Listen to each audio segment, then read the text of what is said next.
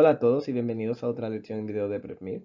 En este video vamos a hablar sobre el infarto de miocardio, en particular sobre el infarto agudo de miocardio con elevación del segmento ST o STEMI, que es un sistema importante y no solo es muy popular para los fines de prueba, sino que también esconde algunas trampas que podrían hacerte perder puntos fundamentales en la misma. Pero también es importante porque está en la base del día a día de la mayoría de las figuras médicas, especialmente en aquellas que tienen o tendrán que ver con el escenario de urgencias. Así que comencemos. Antes de entrar en la acción, es fundamental esbozar el programa con el que hemos decidido subdividir la cardiopatía isquémica. De hecho, vamos a analizar la cardiopatía isquémica crónica o el síndrome coronario crónico y la cardiopatía isquémica aguda o el síndrome coronario agudo. En cada uno de los apartados analizaremos la epidemiología, fisiopatología y especialmente vamos a prestar atención a los algoritmos diagnósticos y terapéuticos. Así que antes de hablar de STEMI es necesario hacer una breve revisión de la anatomía coronaria. Muy bien, entonces, las arterias coronarias se dividen en dos arterias principales, que es la arteria coronaria izquierda, que comienza con el tronco común, y a su vez se divide en arteria interventricular anterior y arteria circunfleja, que es variante anatómica normal, la presencia también de la rama intermedia, que es una rama que también se origina en el tronco común e irriga la anterolateral. Entonces, el IVA discurre cerca del tabique auriculoventricular y proporciona las ramas diagonales para la pared lateral del corazón. Tenemos también la arteria coronaria derecha que discurre cerca de la auriculoventricular únicamente y rodea la válvula tricúspide e irriga parte del ventrículo derecho y la parte posterior del ventrículo izquierdo también. Entonces hay que tener atención a la arteria coronaria derecha, que es la única que irriga el músculo papilar posteromedial. Las aurículas están irrigadas por la arteria coronaria a la que pertenecen, la izquierda por la coronaria izquierda y la derecha por la coronaria derecha. Entonces recordemos también que la perfusión coronaria real se produce durante la diástole, por lo que algunas taquiarritmias, especialmente rápidas y prolongadas, pueden provocar un infarto de miocardio con arterias coronarias intactas. Por lo tanto, no todos los tipos de ataques cardíacos requieren una enfermedad arterial coronaria subyacente. Un posible escollo de la prueba podría ser el concepto de dominancia. La arteria coronaria que irriga la arteria interventricular posterior se define como la dominante. En el 75% de los casos es la coronaria derecha, pero en el 25% es la coronaria izquierda. Desde el punto de vista epidemiológico, la cardiopatía isquémica es la principal causa de muerte y su frecuencia va en aumento a nivel mundial. Sin embargo, en Europa estábamos asistiendo a una tendencia decreciente de la cardiopatía isquémica en los últimos 30 años y actualmente es la causa del 20% de las muertes de Europa. Hasta la fecha en Europa estamos presenciando una reducción de la incidencia de STEMI y el aumento de no STEMI. Probablemente esto se debe a la mejora y mayor uso de la terapia médica, que conduce a la estabilización de la placa coronaria, así como la mejora del estilo de vida que hay en Europa también. En particular, la incidencia de STEMI en Europa varía mucho según las regiones y conlleva de 43 a 144 casos por 100.000 habitantes por año. Y en Estados Unidos, en cambio, se sitúa en los 50 casos por cada 100.000 habitantes al año. Así que recuerda, antes de los 60 años, los hombres son los más afectados, pero después de esta edad y especialmente en el periodo postmenopáusico, la incidencia en mujeres aumenta hasta superar a la de los hombres a partir de los 75 años. Y bueno, la mortalidad sigue estando fuertemente influenciada por la eficiencia del sistema de salud local. Sin embargo, en general, la mortalidad hospitalaria varía de un 4 al 12% en Europa y alrededor del 10% al año. Todos sabéis que la cardiopatía isquémica se debe a la presencia de un suministro reducido de oxígeno a los cardiomiocitos.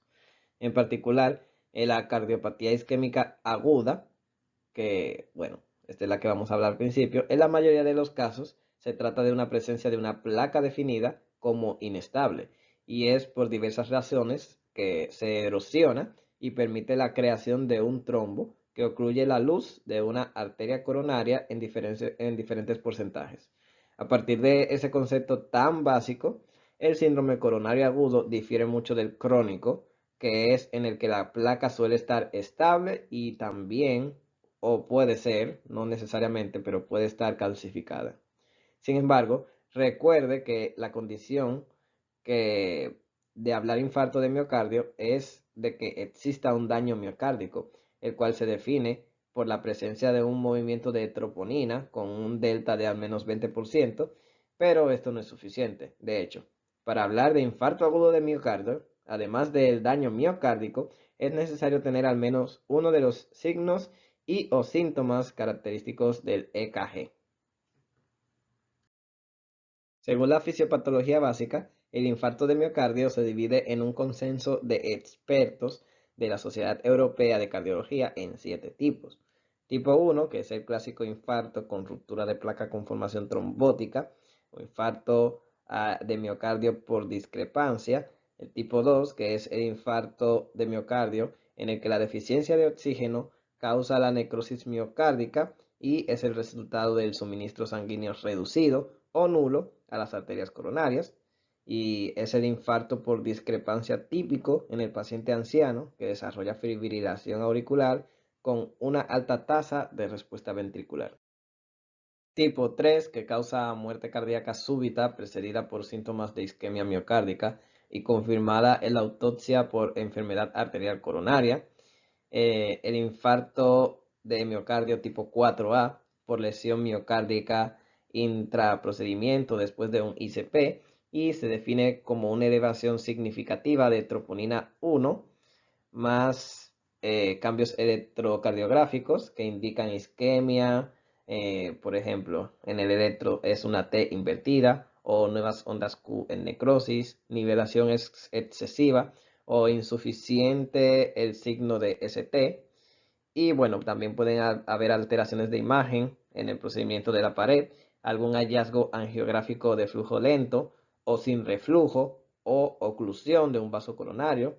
Y bueno, en este tipo de infarto, para considerar significativo el movimiento de tropomina, la evaluación de la troponina preprocedimiento es fundamental. Significativo en el 20% y 5 veces el límite superior es mucho más significativo. Y bueno, en el tipo 4B, por otro lado, desde la trombosis aguda del stent y el tipo 4C hasta la estenosis intrastent, por lo que ambos determinan el procedimiento del ICP. Finalmente, el infarto agudo del miocardio tipo 5 por lesión miocárdica intraoperatoria después de CAR, que se define como una elevación significativa de troponina y otras cosas más, que son los cambios electrocardiográficos en la isquemia. Repito de nuevo, T invertida, nuevas ondas Q, insuficiente ST, bueno, alteraciones de la cinética de imagen anterior, un hallazgo angiográfico de flujo lento o sin reflujo u oclusión de un vaso coronario. Y en este tipo de infarto, para considerar significativo el movimiento de troponina, la evaluación de la troponina en el procedimiento es fundamental. Dentro de los límites de la norma se requiere un aumento de al menos 20% y en todo caso el valor debe ser 10 veces superior al límite que el laboratorio proporciona. Si supera los límites de la norma, aún debe haber un aumento del 20% sobre la línea y el valor final debe ser siempre 10 veces superior al límite superior. Desde un punto de vista electrocardiográfico, es posible dividir el infarto de miocardio en STEMI y en no STEMI. La elevación del segmento ST se define en al menos dos derivaciones contiguas de 2,5 milímetros en hombres menores de 40 años y en 2 milímetros en hombres mayores de 40 años. En mujeres, la elevación de al menos 1,5 milímetros en B2 y en B3 o mayor a 1 milímetro en las demás derivaciones. En pacientes con infarto inferior se recomienda evaluar las derivaciones derechas B3R, B4R para detectar un posible infarto derecho. Y bueno, si hay un STEMI posterior, lo podemos notar evaluando de B1 a B3. Cuando se sospeche de un STEMI posterior, se debe confirmar con las derivaciones también B7 y B9 para evaluar la presencia de la elevación del segmento ST de al menos 0,5 milímetros.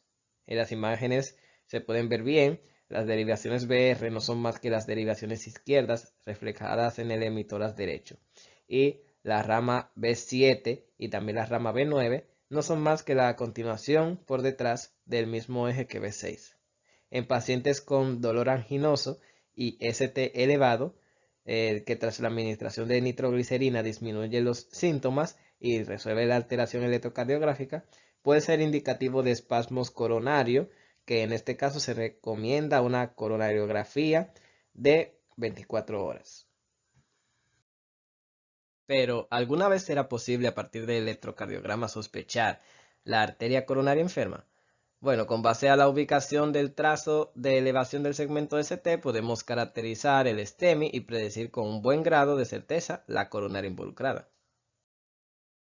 Tendremos, vamos, por lo tanto, un STEMI con una elevación del segmento ST de B3-B4, un STEMI lateral con ST superior de B5-B6, de L a BL, y un STEMI anterolateral supra-ST, B3 o B3-B6, en DI y en ABL, y un STEMI inferior con un supra-ST en D2, D3 y ABF.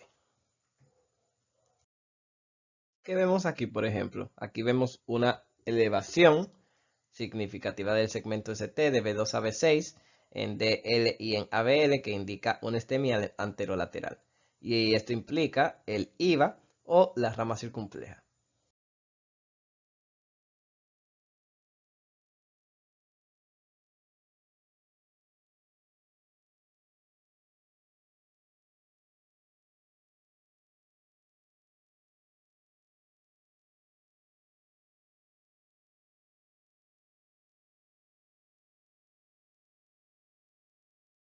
Y ahora, una elevación del segmento ST en las derivaciones inferiores de 2, de 3 y ABF, con elevación concomitante en las derivaciones B1 y B2 principalmente. Esta morfología de subnivelación debe hacernos sospechar la afectación de un posible infarto posterior, y podemos clasificar este trayecto como un STEMI inferoposterior que afecta a la arteria coronaria derecha.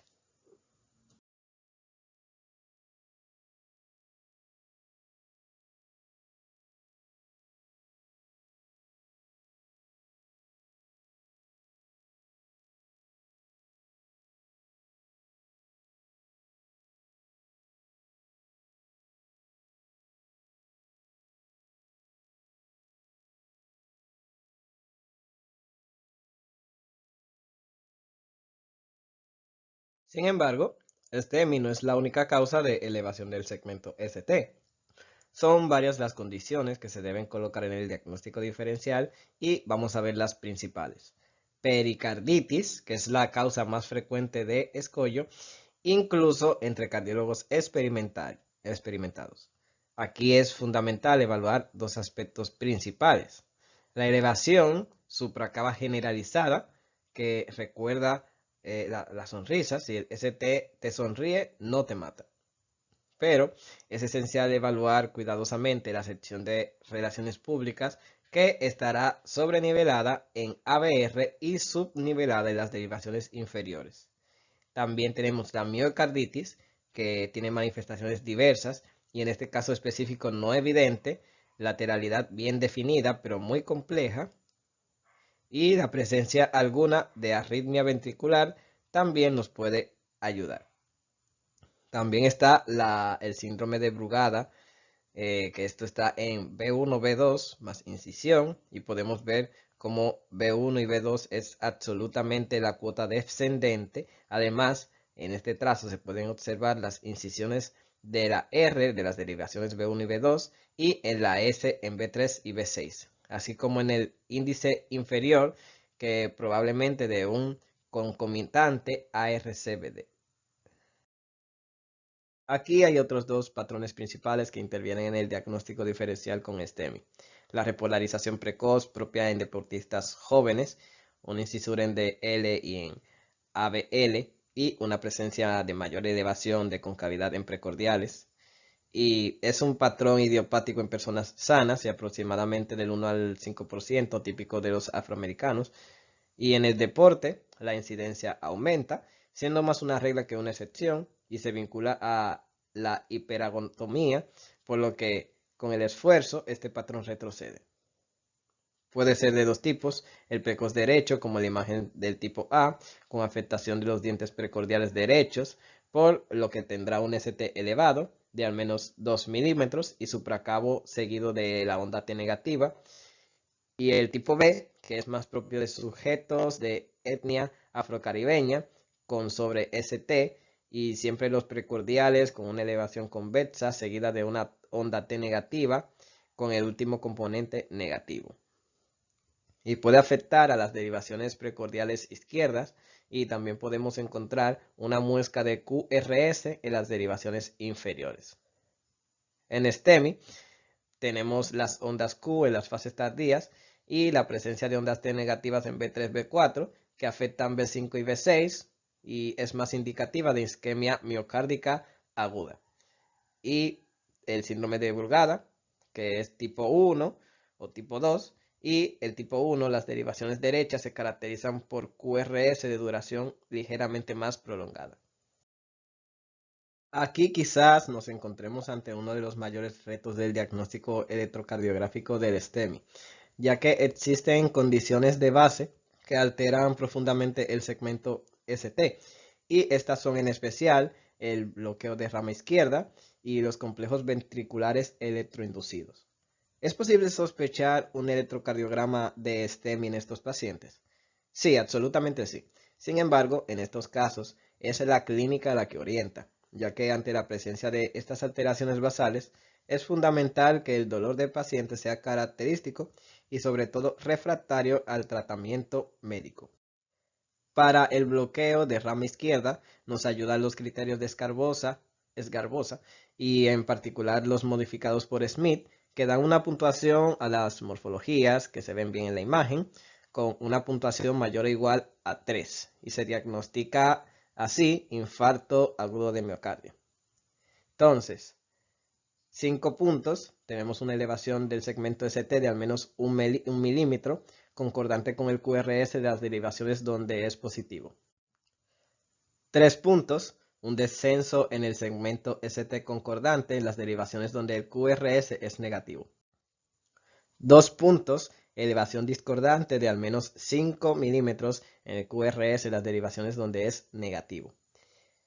En pacientes con un PM cuando el ritmo está completamente electroinducido, o sea, no está, se debe analizar el segmento ST de los complejos del propio paciente, pero siempre atento al fenómeno de la memoria eléctrica para enviar a un paciente a la sala de base de análisis y de un solo complejo. Además, es necesario al menos tener complejos evidentemente isquémicos y en todo caso la clínica es la maestra ante todo. La disminución del segmento ST también puede ser una indicación de memoria eléctrica.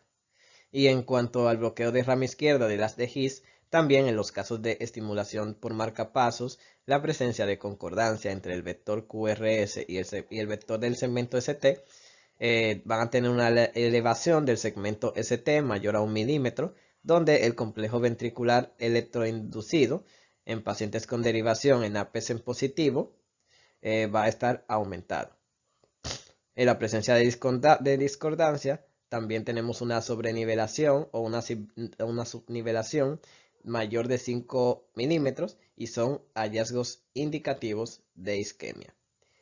Y hemos visto el infarto de miocardio posterior, por lo que un descenso del segmento ST por al menos 0,5 milímetros de B1 a B3 con una elevación de al menos 0,5 milímetros en las derivaciones posteriores B7 y B9, tendremos este mismo, el infarto miocardio posterior.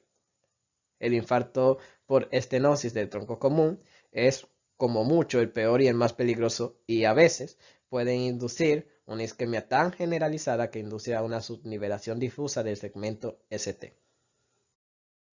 Ahora discutiremos dos patrones principales que deben encender una bombilla, porque en tales contextos estamos en la situación inicial probable de un infarto de miocardio anterior por oclusión de la rama IVA al tracto proximal. Estos patrones son dos. El patrón de Winter, que vemos en la imagen con este descenso generalizado del segmento ST en todas las precordiales, que sube rápidamente dando ondas altas, prominentes y simétricas. Y el segundo es el patrón de Wellens, que forma parte del síndrome de Wellens y se divide en dos tipos principales. El tipo 1 o tipo A, con ondas T muy desarrolladas y negativas en B2, B3, menos frecuentes, y el tipo 2 o tipo B, con ondas T isodifásicas en B2, B3, más frecuentes. Atención que el síndrome de Wellens, por lo tanto, se configura como un cuadro isquémico y las troponinas son normales o elevadas, pero con delta siempre negativa. El dolor puede estar presente, pero es transitorio y también puede manifestarse en estados libres de dolor. Esta es también una condición que evoluciona a istemia anterior desde el IVA proximal. ¿Cuándo sospechar de un infarto agudo de miocardio? Seguro que ya conoces los síntomas. Es fundamental distinguir entre angina estable, inestable o dolor torácico atípico. Típicamente el paciente con dolor anginoso referirá a un dolor que surge después del esfuerzo precordial de unos 10 minutos de duración, opresivo que se irradia a la yugular, brazo izquierdo o espalda. Por lo tanto, el dolor torácico atípico es un dolor muy vago, extendido por todo el tórax, exacerbado por actos de respiración o acupresión y no relacionado con el esfuerzo físico. La diferencia entre la angina estable y la inestable es que la primera no empeora, mientras que la segunda empeora. Típicamente el paciente te habla de un dolor que apareció inicialmente de 2 a 3 pisos de escaleras y posteriormente desde unos pasos hasta incluso surgir en reposo. Y puede que la angina estable, que se presenta por lo menos de 3 meses, debe tratarse como una angina inestable. Y muchas veces es una clínica típica de hombres, de mujeres hasta el 1/3 de los casos es atípica, pero en cualquier caso hay que avisar al número de emergencia de su país y el diagnóstico es absolutamente ecocardiográfico. Con el postdiagnóstico del STEMI, ¿qué hacer? Érase una vez la llamada mano que se administraba a todo el mundo y en realidad las directrices más recientes establecen que la oxigenoterapia y la terapia con analgésicos y benzodiazepinas deben administrarse únicamente cuando sea necesario. Por lo que la oxigenoterapia, como vemos, debe administrarse solo si la saturación de oxígeno desciende por debajo del 90%, mientras que los tranquilizantes y analgésicos solo en estados de agitación o dolor incoercible. En cuanto a la A de la mano, siempre se debe administrar la carga de aspirina correspondiente a 150 a 300 miligramos por vía oral o de 75 a 250 miligramos endovenoso. Ya en este punto, nuestro principal objetivo debe ser llevar al paciente a la sala de hemodinámica más cercana. Pero, ¿qué sucede en la práctica? El trazo se transmite a los centros de STEMI más cercanos y a sus unidades de cuidados intensivos, donde un cardiólogo analiza al paciente y decide si procede o no estudiar a este paciente con una coronariografía. Habiendo decidido que el paciente es atendido por la estructura, tenemos 120 minutos de tiempo máximo para llevar al paciente listo en la mesa de operaciones de un centro, y si esto no está disponible, que es raro, y el tiempo entre la realización de la PCI se excede, se indica una terapia fibrinolítica de 120 minutos, y si vamos a ver una resolución de los síntomas con una resolución del ST, se indicará un estudio de coronariografía en un momento posterior y en caso contrario será imprescindible realizar un ICP de rescate. Como hemos visto en el apartado de epidemiología, la rapidez y eficacia de este sistema es fundamental para cambiar el pronóstico del paciente. ¿Y cómo se hace la fibronólisis? Bueno, nateplaza 15 miligramos IV en bolo, reteplaza 10 unidades en bolo, más otras 10 unidades en bolo a los 30 minutos. Y Tenecteplasa, 1000 unidades cada 10 kilogramos de peso, con un mínimo de 6000 unidades o un máximo de 10000, a reducir la mitad en más de 75. Así que en resumen, el diagnóstico electrocardiográfico que estamos haciendo, llevamos al paciente al centro más cercano y administramos algo en la ambulancia. Sí, un cargado de aspirina, heparina no fraccionada, prasugrel 60 miligramos por vía oral, tricaglerol de 180 miligramos por vía oral o clopidogrel de 600 miligramos por vía oral. En realidad lo hemos puesto en amarillo porque la evidencia está ahí, pero actualmente es un tema de debate de la comunidad científica y de todas formas, hasta la fecha, la carga de P2Y12 se puede hacer tanto antes del procedimiento como en la liberación del stent. La carga de heparina no fraccionada también está ahí, proporciona 70 a 100 unidades por kilogramo IV o un CC como bolo de 5000 unidades. Pero no, bueno, solo debe hacerse cuando sea necesario. La de aspirina siempre es fundamental y siempre hay que hacerla. Y el resto se realiza solo cuando es necesario según las indicaciones anteriormente enumeradas. Por lo que se toma oxígeno solo cuando el SET de O2 desciende por debajo del 90% y se utilizan benzodiazepinas y morfina solo cuando la sintomatología del paciente lo requiere. Así que atención, en pacientes también que estén en un tratamiento anticoagulante, aún se debe realizar la anticoagulación con heparina y quizás también de cara a una futura triple terapia antitrombótica. Y es recomendable cargar con clopidogrel.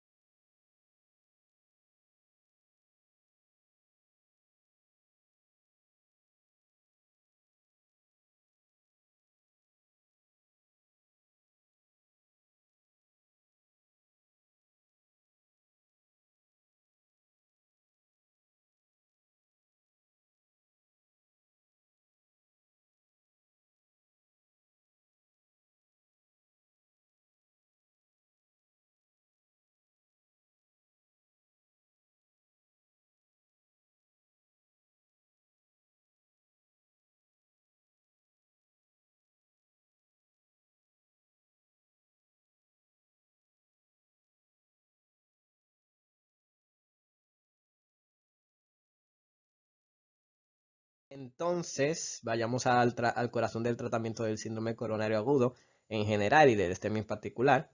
El tratamiento agudo, un manejo en el postoperatorio al alta, y en el tratamiento agudo, el estándar de oro de hoy en día es la angioplastía percutánea. Y bueno, ¿es posible hacerla? Sí, pero solo para pacientes con una fuerte indicación de cirugía y bueno, no es anatómicamente para aptos a muchas personas. Pero por lo tanto es el estándar de oro y cuando sea factible es la angioplastía primaria. ¿Cómo funciona? Convencionalmente el acceso radial derecho, pero también el izquierdo, y cuando no es posible pasar por la arteria radial, se pasa por la arteria femoral derecha o izquierda. En general se prefiere derecha por conveniencia, ya que el operador está a la derecha del paciente. Y luego de esto se llega a la lesión con la guía, se cruza la lesión y coloca algunas agujas debajo de la propia lesión y luego vemos cómo sucede en el video. Que aquí está el video. Entonces, mientras vemos el video, en la parte inferior se ve el cable guía, ya aguas bajo de la lesión, y se inyecta el contraste. ¿Y qué ves? Una estenosis crítica de la IVA proximal. Las otras ramas que ves desprenderse del tronco son la circunfleja que van hacia arriba y en la pantalla la rama media entre la tina y la circunfleja. Así que es muy trivialmente donde vemos la directriz y el IVA. Entonces se avanza, se infla el stent y hablamos en este caso de un stent directo, es decir, inflamos el stent directamente sin predilatar con valor la angioplastía. Entonces recuerde, en la angioplastía solo se trata la lesión de Kuprit y este también es un tema de discusión actualmente, pero hoy en día se trata primero o la lesión que se cree responsable del STEMI. Después de la angioplastía primaria, en el caso de la estenosis angiográfica, o hemodinámicamente significativas, se va a realizar una angioplastía definida como stage, que se va a utilizar precisamente para tratar lesiones no culpables. Al final del procedimiento, los pacientes deben ser trasladados a un departamento monitoreado durante al menos 48 horas. Y a las 72 horas se puede dar de alta a los pacientes de bajo riesgo. Bueno, ahora que hemos salvado la vida del paciente, la arteria coronaria ha sido tratada de manera efectiva con una angioplastía, con un implante de stent medicado. Y ahora, ¿qué otro paso fundamental tenemos por delante? Debemos elegir el tipo y la duración de la doble antiagregación. Y lo que se ve aquí es una descripción general de eurointervención sobre la gestión del PCI de acuerdo con las pautas basadas en diferentes entornos a los que nos vamos a enfrentar o nos enfrentamos. Hoy obviamente nos centraremos en STEMI y bueno, un concepto importante es que las pautas de STEMI desde entonces, la terapia antienvejecimiento ha logrado muchos avances para tratar de reducir el riesgo de hemorragia y mantener intacto el riesgo isquémico. ¿Qué decían las directrices en ese momento? Que se daba de 12 meses y si había un alto riesgo, 6 meses. Entonces, en pacientes que normalmente no realizan una terapia de hipocoagulación, ¿cómo nos vamos a comportar? En función al riesgo hemorrágico y la relación de riesgo isquémico, vamos a elegir diferentes protocolos de TAPD. Hasta la fecha existen varios puntajes para predecir el riesgo de sangrado o evaluar el beneficio que dan algunas de estas pruebas que vamos a señalar aquí. Y estas pruebas, bueno, son puntajes que solo dan una indicación sobre los predictores de riesgo de sangrado, edad, insuficiencia hepática, sangrado previo, etc. Y estos se van a analizar en detalle en otra lección, en la lección de no STEMI, evaluando los ítems y los puntos de corte. Pero por ahora, me gustaría que solamente les quedara este mensaje acerca de esto. Estos puntajes no son perfectos, no son evaluaciones estáticas, sino que son utilizados por el clínico para orientarse en la evaluación general de un paciente. Para efectos de la prueba son, sin embargo, muy buenos, por los que deben ser estudiados y se van a profundizar más en detalle en la otra lección de no STEMI. En resumen, ¿qué fármaco? Primera opción, aspirina mastricaglerol de 90 miligramos 2 veces al día, prasugrel 10 miligramos. Y nótese bien, no prasugrel si es menor de 60 kilogramos o mayor de 80 años. Efecto adverso del tricaglerol es la disnea. Y segunda elección es el clopidogrel de 75 miligramos. ¿Cuánto tiempo? Bueno, depende del riesgo isquémico y el riesgo hemorrágico, pero por defecto es 12 meses del DAPT y luego ASA. Sin alto riesgo isquémico, continúa el TAPD más allá de los 12 meses y sin alto riesgo hemorrágico, 6 meses. Entonces, nótese bien, si hay alto riesgo isquémico, existe la posibilidad de continuar después de los 12 meses. A largo plazo, con dosis bajas de cardioaspirina, más rivaroxaban, que es 2,5 miligramos por 2. Y después de 12 meses, solo cardioaspirina o DAPT. Sin embargo, la terapia médica para la cardiopatía isquémica no solo se limita a TAPD. Es absolutamente necesario agregar, si la tolerancia y las contraindicaciones lo permiten, los inhibidores de la ECA, que como bien sabes son fármacos que actúan en la terapia de la hipertensión arterial, pero tienen un tanto efecto nefroprotector. También están los beta bloqueantes, que son fundamentales, reducen, como bien sabes, el inotropismo y cronotropismo cardíaco, pero al hacerlo reducen la extracción del O2 por parte de los miocardiocitos. Está por eso principalmente contraindicado en EPOC severa y en fenómeno de Raynaud. Las estatinas, que como muchos son el fármaco más recetado del mundo, y tienen un papel muy importante en la estabilización de la placa, y siempre se debe prestar atención en el síndrome coronario agudo, incluso si no hay dislipidemia concomitante, que como saben, para la cardiopatía isquémica se aplica la regla de que el colesterol cuanto más bajo es mejor. Y cualquier terapia para la insuficiencia cardíaca como diuréticos de asa, diuréticos ahorradores de potasio, etcétera, etcétera.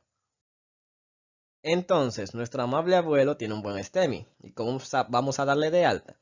En ausencia de contraindicaciones particulares y con bajo riesgo de sangrado, le vamos a dar estos fármacos que tenemos aquí: cardiospirina, ticagrelor, atorvastatina, ramipril, metoprolol y las dosificaciones correspondientes, que pueden revisarlas también en las diferentes guías. En definitiva, veamos cuáles pueden ser las complicaciones mecánicas y eléctricas del infarto agudo de miocardio. Una ruptura del músculo papilar e insuficiencia mitral aguda severa, típicamente debida a un infarto de miocardio, que este involucra a la arteria coronaria derecha, y una ruptura del músculo papilar posteromedial. También una ruptura del corazón, a nivel de pericarditis también, y síndrome de Dressler, que ocurre en pacientes después de un infarto agudo de miocardio durante un periodo de tiempo, y generalmente en la parte anterior, después de una cirugía en el mediastino o después de una lesión traumática, y la pericarditis epistenocárdica, que por otro lado comienza poco después del infarto de miocardio. Insuficiencia cardíaca crónica y aguda, aneurisma ventricular izquierdo, que permanece una elevación del segmento ST, por cierto, taquicardias ventriculares, taquicardias supraventriculares, bloqueo AB y bradicardia sinusal. Y en conclusión, hemos visto cómo el STEMI es una condición de identificación no inmediata y con una amplia gama de trampas, tanto desde el punto de vista diagnóstico, como hemos visto las dificultades para evaluar las diversas formas de elevación del segmento ST, y hemos visto lo insidioso que es en la clínica y que está correspondiente con el 1/3 de las mujeres con síntomas completamente atípicos, pero también, sobre todo, hemos visto cómo aún en la terapia hoy en día es la evaluación clínica del médico quien es el maestro. Y hemos visto las puntuaciones y las vamos a profundizar en base al STEMI, pero los puntajes hasta la fecha tienen el papel de proporcionar al clínico indicaciones sobre las cuales reflexionar, y nos corresponde a nosotros, en base a nuestra experiencia y el estudio de la literatura en constante actualización, evaluar el tipo de antiagregación protocolar a utilizar. Entonces les recordamos que puede responder los cuestionarios relacionados con el tema ingresando a nuestro sitio web y a nuestras aplicaciones en Android y iOS en la sección de PrepMidTube. Y se encontrará con una serie de cuestionarios basados específicamente en lo que se ha discutido.